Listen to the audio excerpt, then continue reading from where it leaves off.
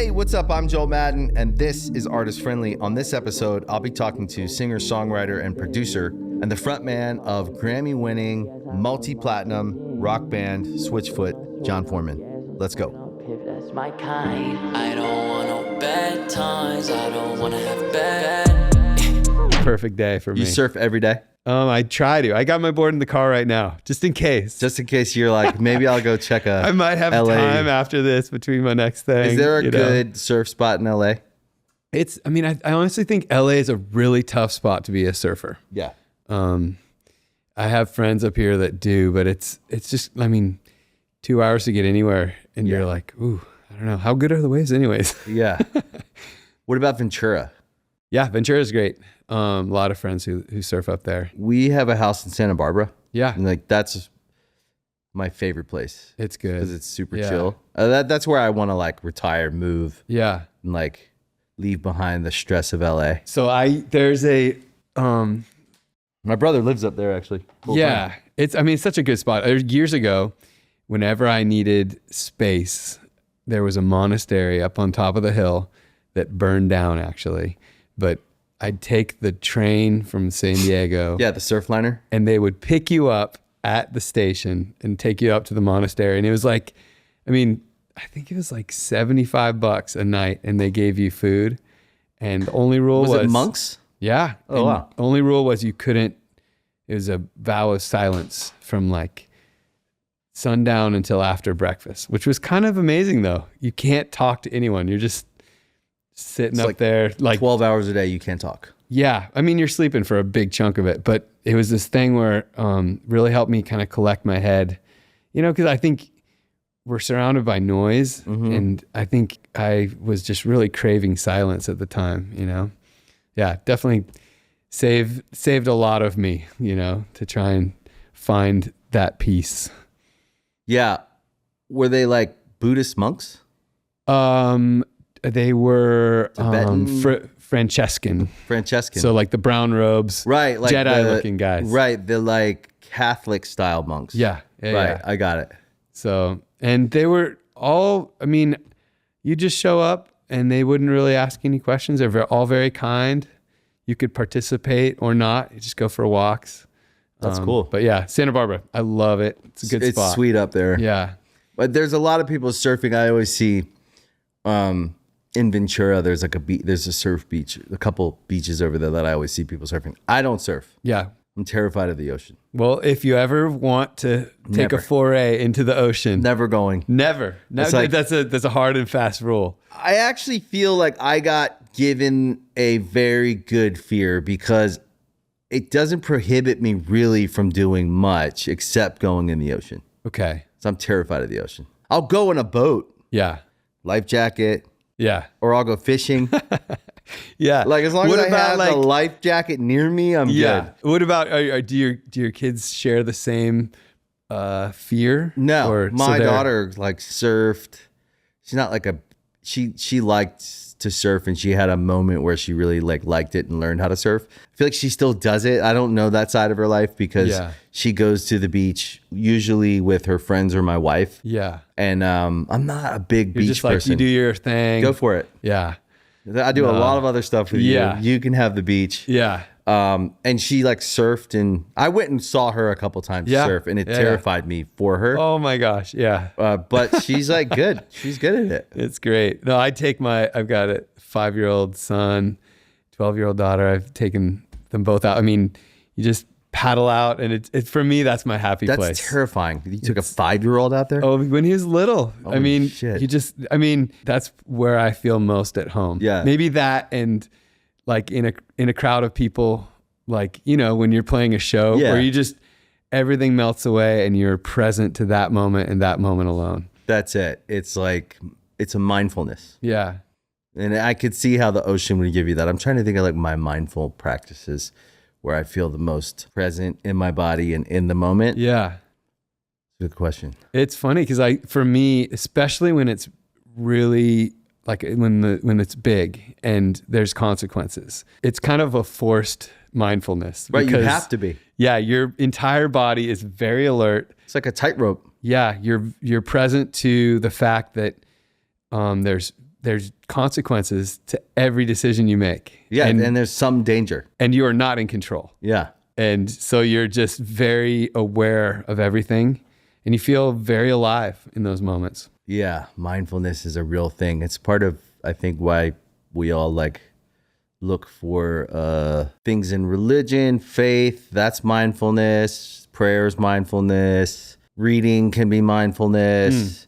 I think we look for those things because I do think that all of us have like this need, whether we realize it or not, to get back in the moment and in our life. Actually, I was thinking about you, obviously driving in because I was going to talk to you. I don't do a whole lot of prep to talk to people because I kind of like it to, I like to be honest. Yeah, you know, I like in the moment. So I try not to like learn too much. Yeah. You don't want to know too much. I know enough to know that I want to talk to you and I want you to come here. There's a real honesty to like how we book the show, how we do everything here that I like, and maybe we'll continue to tweak it or whatever.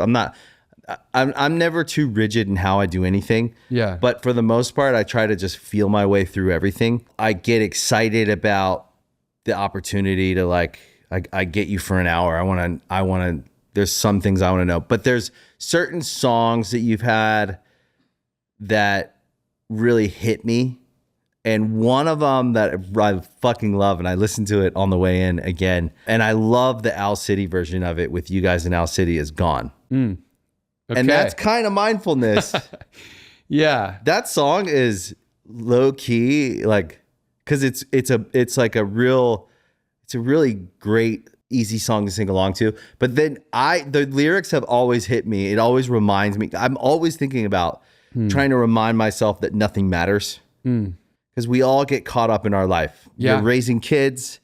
You're trying to like, oh my gosh, navigate life, period. Yeah. And anyone out there listening, it might be their job. It might be their relationship. It might be what they're trying to accomplish in life, whatever. We are all different, but we all get caught up in these things and we hold on, each of us different, but we hold on to ideas that we kind of like let impose on our ability to just be present and be happy. Yeah. And find the right now. And I need that all the time. Yeah, for sure. And that song, like I was just talking to my brother, all this stuff we're doing, and we're not just like work, but like, you know, kids and this and that. And I sometimes get overwhelmed with adulthood. Yeah. So I feel very immature most of the time.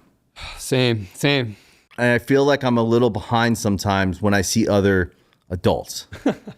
Like I'll be at some school thing or at some work thing and everyone's just so together. No, I show up, I've got, you know, long hair. I just great. got out of the water and I want that though. But no, I feel you because like you show up and they're like, oh yeah, that he's in some sort of band and what does he know? What does he know? Yeah. That's and I'm how like, you feel. I don't know what I know. But you do. Yeah. You wrote that song.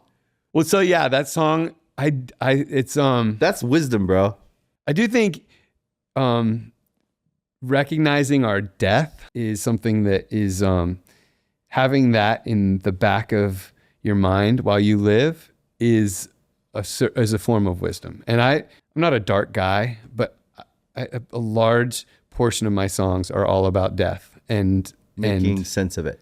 Yeah, and trying to let that inform my time here. Right. You know, because I feel like we all look back at seasons of our life where we're like, oh man, I chased the wrong thing for 2 years. Or 10 years. Or 10 years or whatever. And I do think that the deathbed moment where you could look back and say, well, on my deathbed, is this something that I'm going to say, man, I'm so thankful that I did that. And it puts it into context. Or if we say like the death of anything. Death of anything. Yeah. So like if we zoom out and we say like, maybe you've thought about this, maybe you haven't. I hear you say that and I go like the metaphor there of death is not just about physical death. There is like the death of anything. And we're continually, there's portions of us, our skin, relationships that are dying all the time. And regenerating. And where something dies, something grows.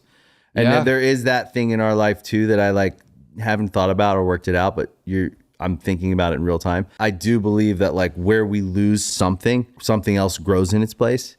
You can't have a garden that grows 1,400 different things in the same spot. The soil, it's, I've been thinking about that a ton. Good soil matters. Yeah. And it's usually good soil is made of the feces of yesterday. Yeah. Right? The crap that you went through yesterday. Yeah. That you are like, oh, this is the worst. You let it go. You get rid of it.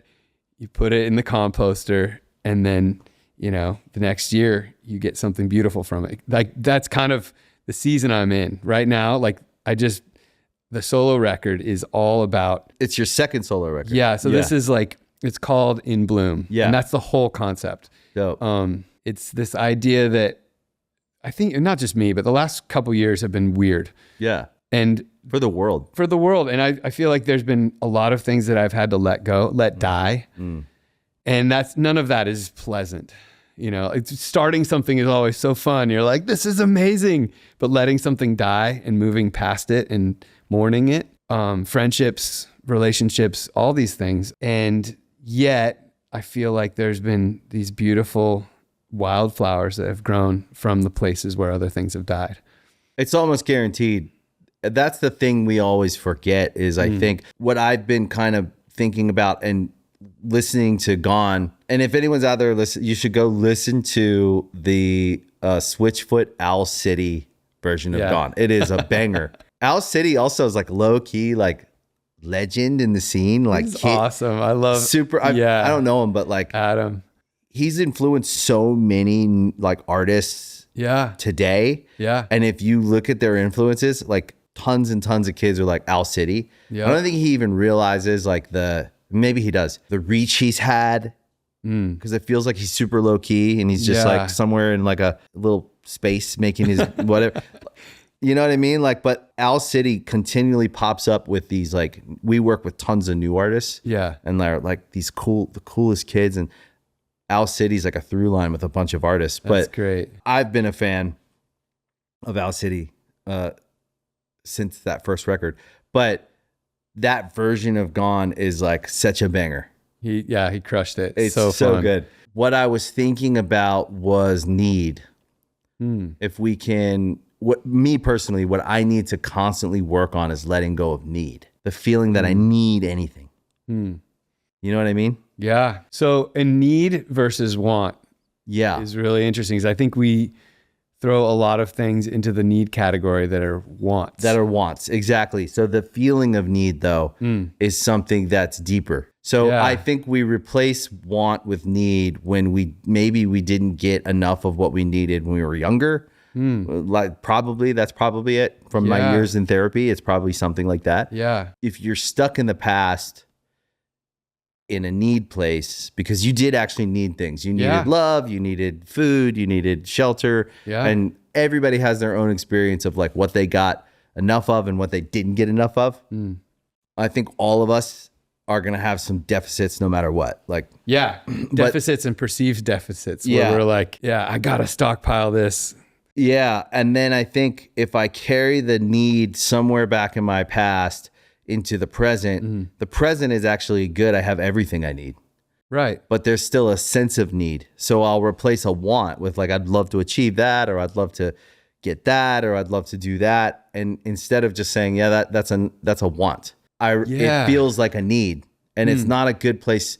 It's never a good place to negotiate anything in life from a need place. Yeah. So if you go into any exchange anywhere in life with a need, it's never gonna be equal footing for that exchange. Right. Have you heard of the philosopher Rene Girard? I've heard French. of him. Yeah. I don't know him. Yeah, he's got this phrase, mimetic rivalry. It comes from the idea that he says our needs are intrinsic. Like as humans, we're mammals. We have we got to have food, water, air, shelter, pretty basic stuff, clothing. But our wants are learned, kind of like how we learn language or mannerisms. Like I want that hat because I see you and I'm going to imitate you. You can have it. I'll give it to you. Okay. You know what I mean though? Yeah. Like you see someone's tattoo or someone's car. I want that. Someone's surfboard and you're like, oh, that's sick. And so we learn what we want. Right.